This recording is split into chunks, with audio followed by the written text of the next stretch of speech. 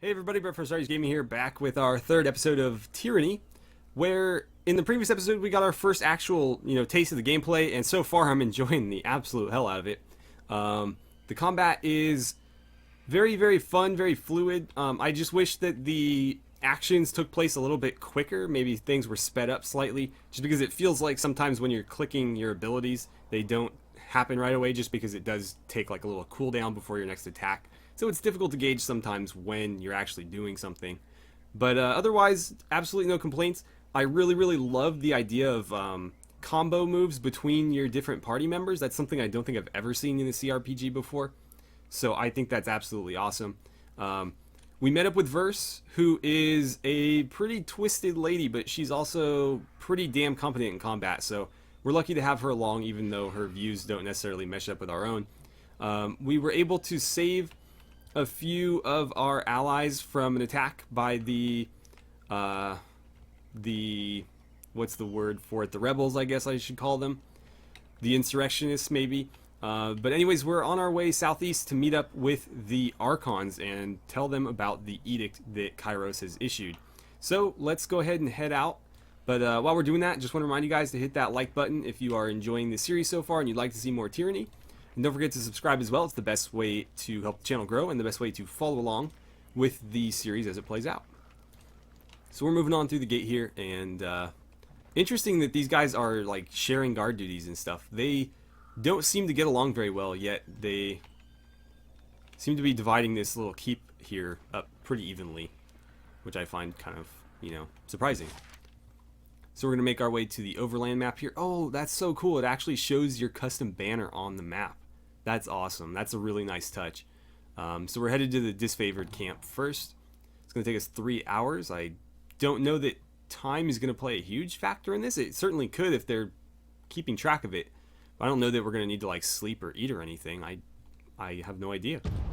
So we're going to find out, I guess. But that is a really nice touch. I'm impressed by that. Okay, what's going on up here? Let's find out. Take what you can carry, but leave the cart, otherwise we'll seize you and your wares. What's going on here? Hail, Fatebinder. The disfavored scout nods at your approach. Camp's on up ahead, don't mind us, just clearing out the rabble. Like shaking somebody down. Sterling Hagnon. I still don't understand what I've done to offend. I respect that these are now disfavored lands, and I'm happy to give the Legion a proper toll, but she's going on about trading rights. What nonsense is that? I am not allowed to trade one thing for another? It seems like I'm selling weapons to angry peasants. Or sorry, it's not like I'm selling weapons to angry peasants or anything of the sort. Let's see. Well, we're going for like a lawful good, maybe lawful neutral type character, so the Overlord regulates all trade. If you lack the proper permits, your goods are forfeit. Rules is rules. A trade permit? Well, how was I mean, to whom would I speak for such a thing? Not us, and not our problem. Maybe march your butt to the bastard city and plead your case before Tunon. But we'll lighten your burden and relieve you of your wares first. That should make the long trek a bit more bearable.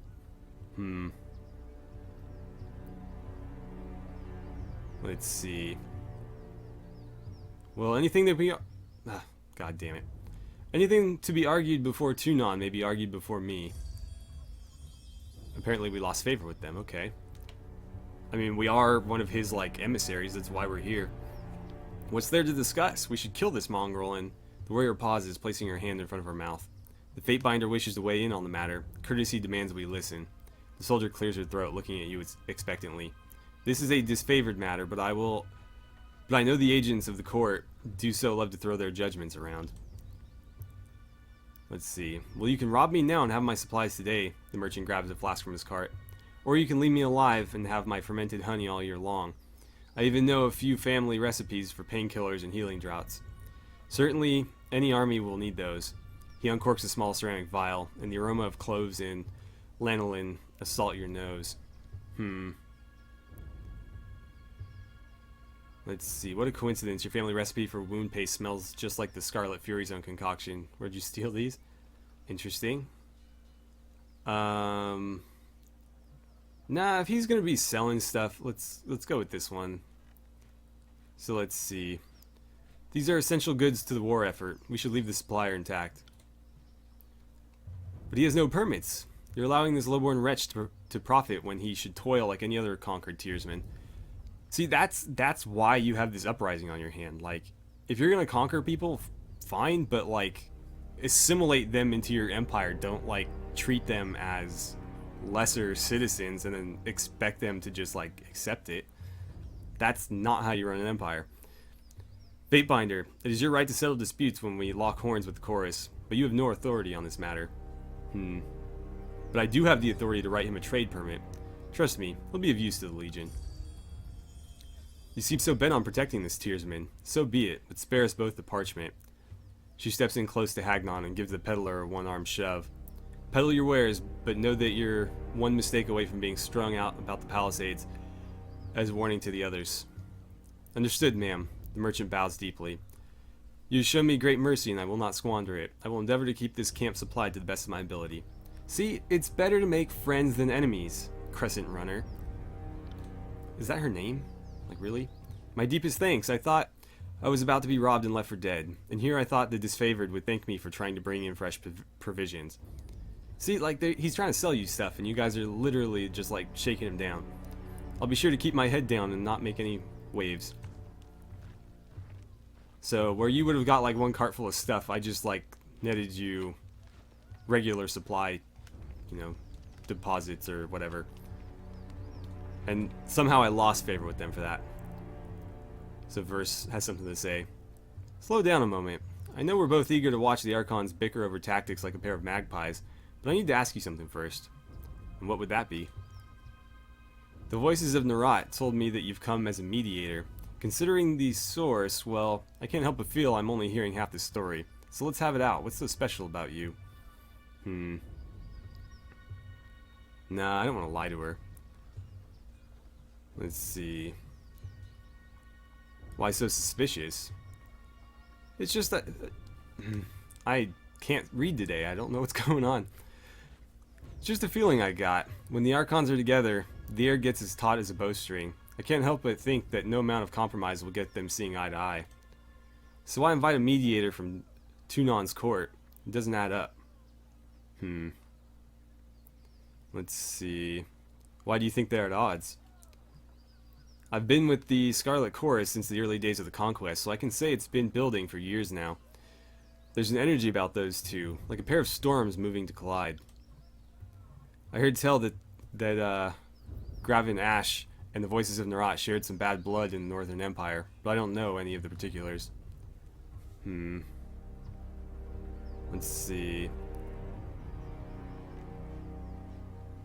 Well, by my authority, the Archons will fall in line. That sounds exactly like the attitude to set this campaign in the right direction. I don't envy the task of getting them to cooperate, which sounds about as easy as teaching a tornado to heal. Well, at least you sound like you know what you're doing. Okay. Do I need to tell her anything else? Well, what else has the Voices of Nerat told you?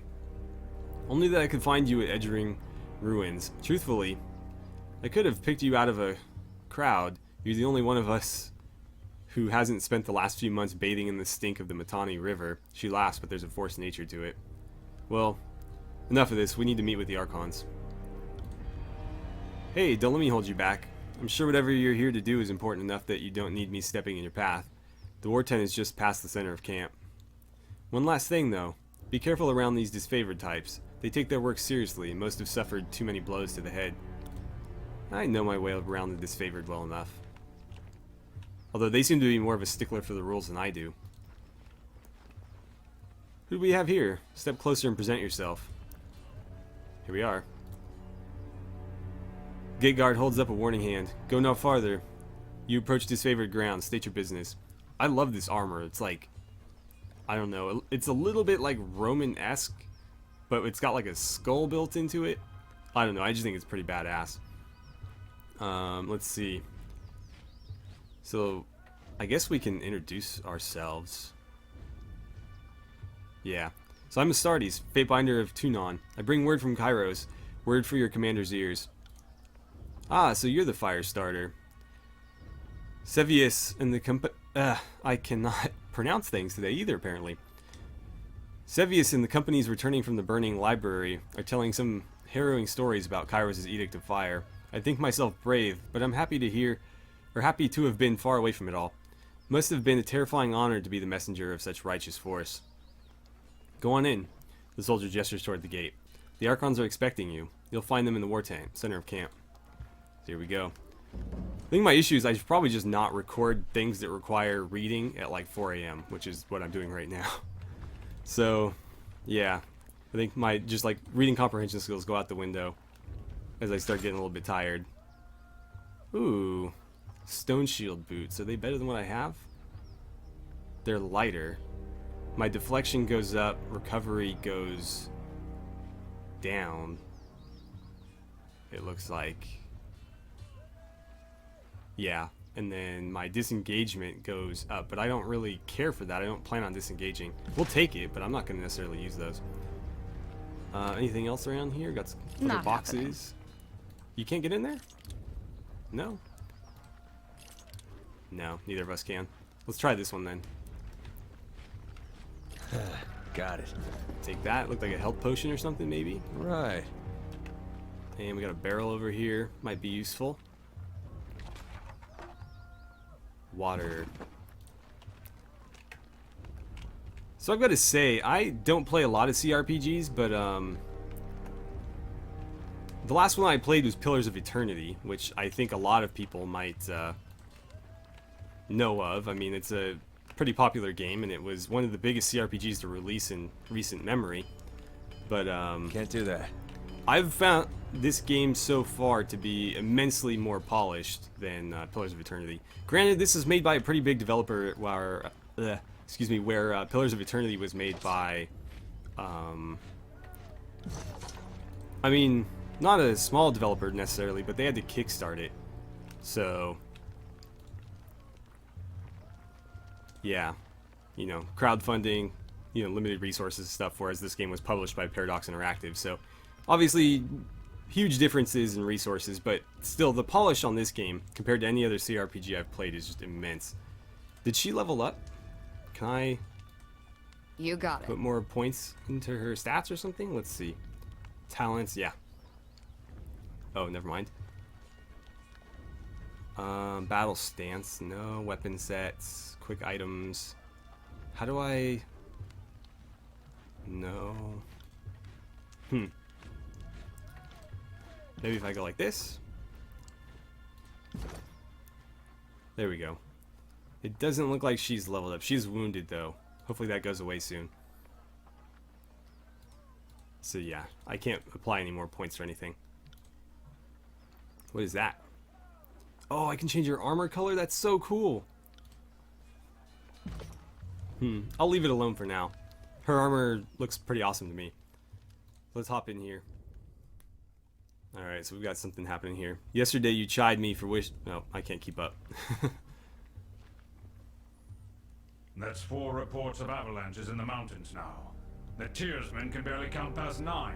They have neither the capacity nor the cause to close off the mountain passes. Either way, that leaves the 2nd and 4th cohort trapped outside the valley. The Archon of War pounds his staff on the ground to punctuate his words. A large and imposing man to begin with, his profile is made larger by his still hulking suit of armor that hums with mystic energy. Yeah, it's like literally spewing stuff out. Or it's the work of your perfidious Earthshakers. Only a fool would not suspect a traitorous Archon of poisoning the mind of his students with sedition. We would have killed the Earthshakers Guild for their master's treachery, but I'm sure you have some perfectly valid reason for allowing them to live as your pawns. The Archon of Secrets passes a scepter between his hands as he speaks, twirling the rod in hypnotic circles. Interesting, so what does this say? Oh, cool, so the green tooltips actually have hidden messages, so we hear a voice in our head. Well, hello there, Fatebinder. We'll be with you in just a moment. Let's see. Emerald luminescence seeps from the seams of the Archon's ragged red robes. The glow is almost noticeable where his neck ought to be. Oh, is most noticeable where his neck ought to be. His mask seems to float and spin, never pivoting or bending naturally. Hey, watch yourself. When these two get going, you don't want to get between them. She whispers fearfully as she beholds the Archons. Let's remain silent, because he did say that he would be with us in a minute. So let's kind of let them do their thing. I always know you've run out of things to say when you resort to mocking my vassals. If we are to speak of treachery, why is it that my scouts see the Scarlet Chorus warriors defecting back to the Vendrian Guard? Your fearsome reputation has gone flaccid, for it seems you cannot control your soldiers, or perhaps you simply choose not to. So this is the Iron Marshal over here is talking now. My lords, the Fatebinder has arrived. The disfavored commander raises her voice, trying with little success to speak over the Archons. Perhaps we could table this discussion and let our guest speak. Speaking of strategic failures, who was it that insisted the valley would need only a token garrison? For some strange reason, we can't seem to recall which balding halfwit grossly underestimated the enemy. Thoughts? The Archon of Secrets twirls his scepter in a twisting loop, his leather-wrapped hands flipping the heavy rod with an effortless flow. So what's he say? Can you hear us, Fatebinder? Cough if we have your attention. Let's cough audibly then. And I thought you had left agents within these Tiersmen when they surrendered. Either you failed to see this coming, or you knew and let it happen. Incompetent or in cahoots, either way, this mess has your filthy stink all over it. The Archon of War lurches forward, resting his weight on his war maul as blue luminescence crackles around his armor. That is a massive weapon. We look forward to seeing you explain to Tunon why the Archon of War could not close the vice on this trivial little insurgency. When we are crowned the ruler of the Tiers, we shall have this place renamed to Ash's Folly in your honor. The Voices of Nerat tosses his scepter into the air, catching it as it descends back down. Good, good. Now pay attention. You might miss something. I guess we'll continue to listen. If I could trust the information I get from you and your conscripted mouth breathers, perhaps I'd order my cohorts around a bit more aggressively. But last time I trusted your all-clear report, my troops failed to come home. Oh, Ash, old boy. If you're going to have a little sob every time one of your nieces or nephews dies to the Tiersmen, perhaps we should have Siren sing you some calming lullabies to help you cope with your grief. The Archon flips his scepter around 3 times, humming gleefully. Take care that you don't learn too much, Fatebinder. An excess of knowledge, of curiosity even, can earn unwanted attention. Hold your tongue. I wish they would have voiced her. It would have made this conversation a lot easier for me. Hold your tongue. I will not have you denigrate the honor of our fallen brethren. The commander's hands moves to the hilt of her blade, though the weapon stays sheathed. I'd be doing us all a favor if I cracked open that excuse for a head. This guy's pretty cool looking. So, Fifth Eye. They bicker like children, do they not? The Fifth Eye's grating tenor pierces the tension in the tent, and all eyes land on the Crimson Spear. I, meant only to say welcome. Welcome to our guest, the Fatebinder. The armored retainer bows with rushed inelegance, then rises to a salute. And not a moment too soon. Did I give you permission to speak? The Archon of War turns to you, his blue eyes wide with anger. The many portraits you've seen depict Graven Ash with a stern, unamused countenance. He's even more taciturn in the flesh. Should I glare silently? Let's be diplomatic. So, apologies for the sudden entrance. I've traveled long to be here. Ah, the fire starter has arrived. Welcome, welcome. Our agents tell us such lovely stories of what you did at the Vellum Citadel. Have you come bearing another fragment of Kairos' wrath in tow? If you only knew. My soldiers tell me you helped Commander Drotus on your way through Edring. You honor the court with your selfless cooperation, for that is the sort of camaraderie that Kairos demands of us all. I just noticed there was some green text in that last dialogue that I missed, so unfortunately he said something to us that we didn't quite catch. On the last of his words, the Archon of War glares at the Voices of Nerat, furrowing his brow as he utters the word camaraderie. Let's see. I require no thanks for doing my sworn duty. Modesty is your prerogative, but know that cooperation and goodwill have been rarities of late. You do your Lord Tunon a great honor by aiding your cousins in the disfavored. Alright, so apparently he didn't like that. Oh, don't mind us while you trade your gushing praise. We're sure the Fatebinder has come because our company lacks in small talk. Actually, I come bearing an edict of Kairos.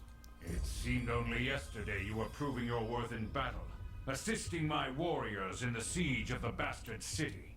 Now Kairos has chosen you for a second time to proclaim an edict.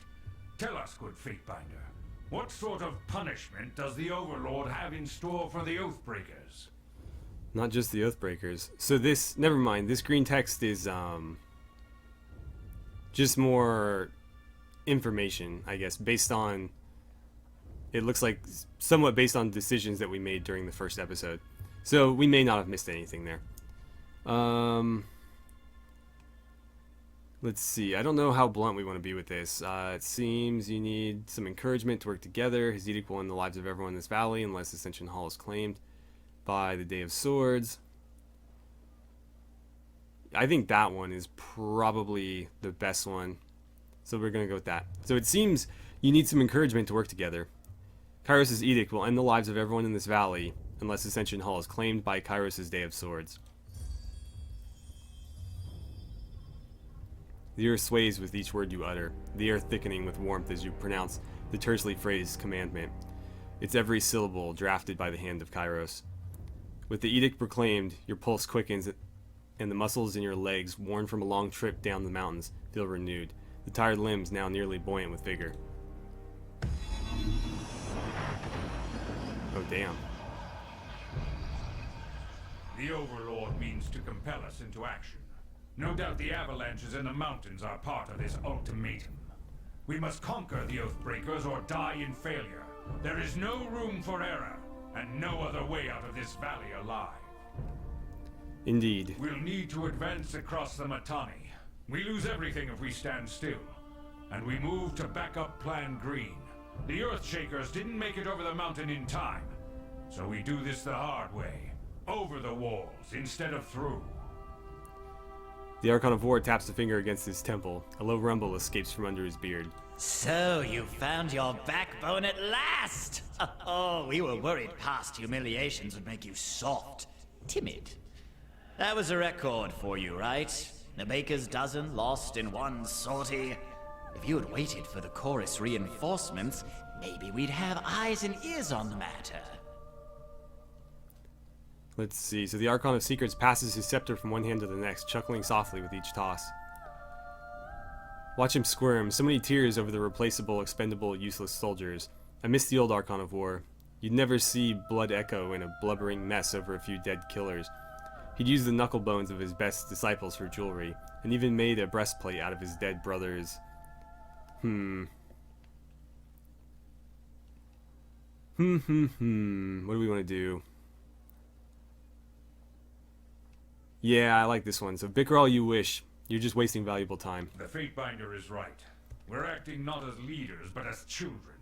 I've no time for your foolish japes and petty taunts. We should focus on the objective at hand, and that is taking the Mittani River, and then advancing to Ascension Hall and ending this edict. Right, so how do we want to respond to this? I don't want to, like, single anybody out. I would prefer to stay on both of their good sides, but it seems like we've already drawn his ire a little bit. So I'll need to counteract that. It seemed like he was warmer to us initially, but for some reason he really didn't like us for those last couple things we said. And I thought I was being diplomatic, too. Like, I wasn't trying to pick a side or anything. So, then enough talking. There's work to be done. My lord, Barrick and his band have been drilled on the Echo Call assault plan. The Crescent Runners should be briefing him as we speak regarding the latest enemy movements along the river. I will dispatch him at once. The Iron Marshal salutes, clapping her gauntlets to her breastplate. And I will ensure the chorus stands ready to march. If the disfavored can take the river, the chorus has the manpower to secure the outer ring of the valley. Our soldiers clamor for battle, and at last we shall have it. Verse, we command you to continue guarding the Fatebinder. Tunon's chosen is our honored guest, and must be shown our finest hospitality. So apparently that's all it took, was just like, you know, smashing both their heads together to get them to finally cooperate with each other. I won't let you down, boss. He'll get through the campaign in one piece, as long as he doesn't do anything too stupid. No promises. And, Fatebinder, one last thing. We still haven't forgotten how you handed over our agents to the disfavored just before the burning library sparked into being. We would be a fool to believe that Tunon sent us an impartial Fatebinder, but... prove us wrong. Prove us wrong. Yeah, he's not too happy with me. Let's see, we still haven't forgotten how you handed over our agents to the disfavored just before the burning library.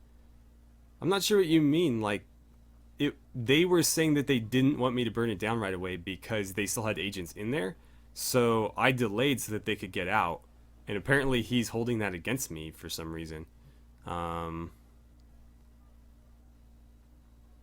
Yeah, I don't understand that really, but he's definitely saying that we're not necessarily impartial.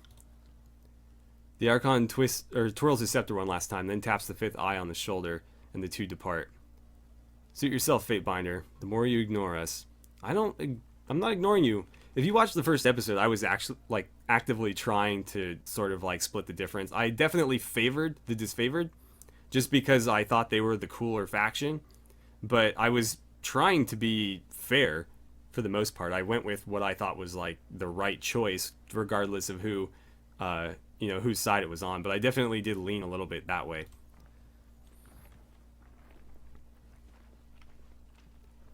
Finally, the fool and his puppet are gone. Perhaps now I can hear myself think. Rarely do I question Kairos' judgment, but I will never understand why the voices of Narot is given such authority. I shudder to think what will become of us all should Tunon favor him in the end.